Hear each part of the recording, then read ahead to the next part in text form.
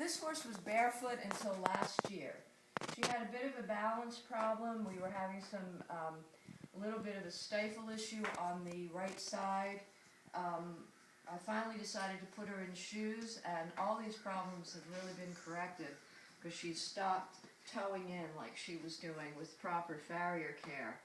So now she's in aluminum eventing shoes because this horse does eventing as well as dressage. So this is the biggest issue that I've found with my Morgans over the years, is that they don't have deep hocks, and it limits their suspension and their ability to really go into upper level dressage. Asar is kind of mid-range in the short hock division, so I've had worse, I've had better, but she's got the ability to really go deep if she's well stretched and made to be very supple. So I start off with a back leg, I always grab my hoof pick, with a back leg stretch.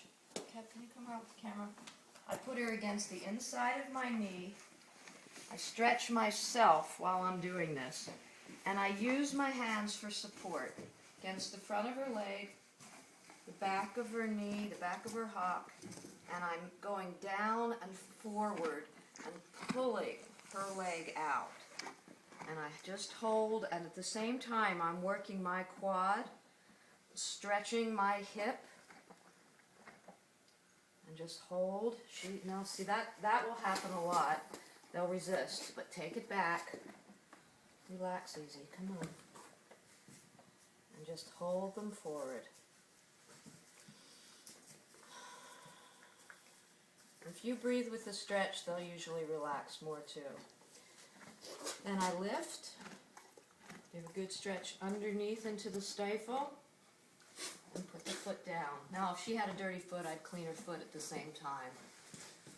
I'm going to do the same thing on the other side. Lift high, hold for a minute,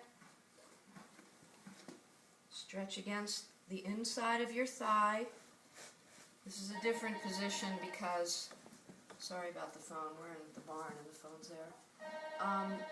You're in a different position, so you have to change your stretch. I can't go back the way I did on the other one. Just hold and encourage her down. This leg is always a little tighter on her. There she goes.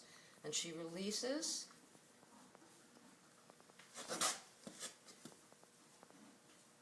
Lifting high, putting down. Now I'm not going to stretch her forward till later because I don't want to reverse that stretch and cause a cramp. So now we move on to front leg. The foot's alright. Now, with the front leg, I have a lot of trouble with my hips.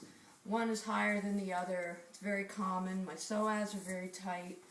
So when I stretch Asar's shoulder, I use my hips. Just do a rotational thing with your hips in both directions, rolling her shoulder while you roll your hips. Use your thigh to push her knee back, and then give her a good stretch along the inside of her chest, down the front of her leg. You're really pushing her back. At the same time, you're stretching your own quads and maintaining your balance. You're always working on your balance. And then slowly, because you don't want to spasm any muscles, hook your elbow underneath her knee. Pull her way up. Really exaggerated. And then, with a wide stance, cup her fetlock and relax against her. Pull her forward and stretch your lower back.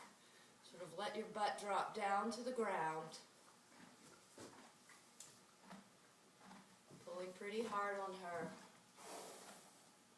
Sort of giving her a big Spanish walk step. And then just a little jiggle to the leg before you let it go down to the ground. And we repeat that on the other side. Loosen her shoulder. Loosen your own hips. You might hear some clicking in there.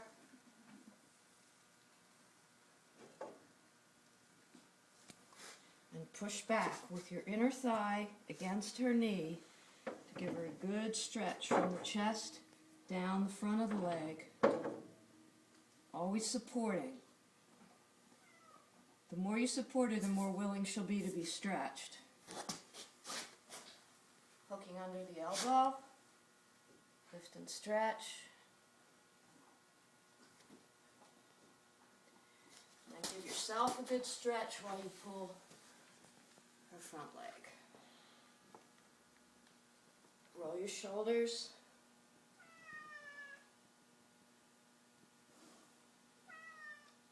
Bring her up. Take her back down. Good girl. Good girl. Good job. Now, one of the most important parts of this stretching routine for my horse has to do with balancing her lumbar. There's a lot of tightness in the lumbar. She jumps. As I said, she was a little bit off on balance on her right side at one point, so I have to make sure she's very even.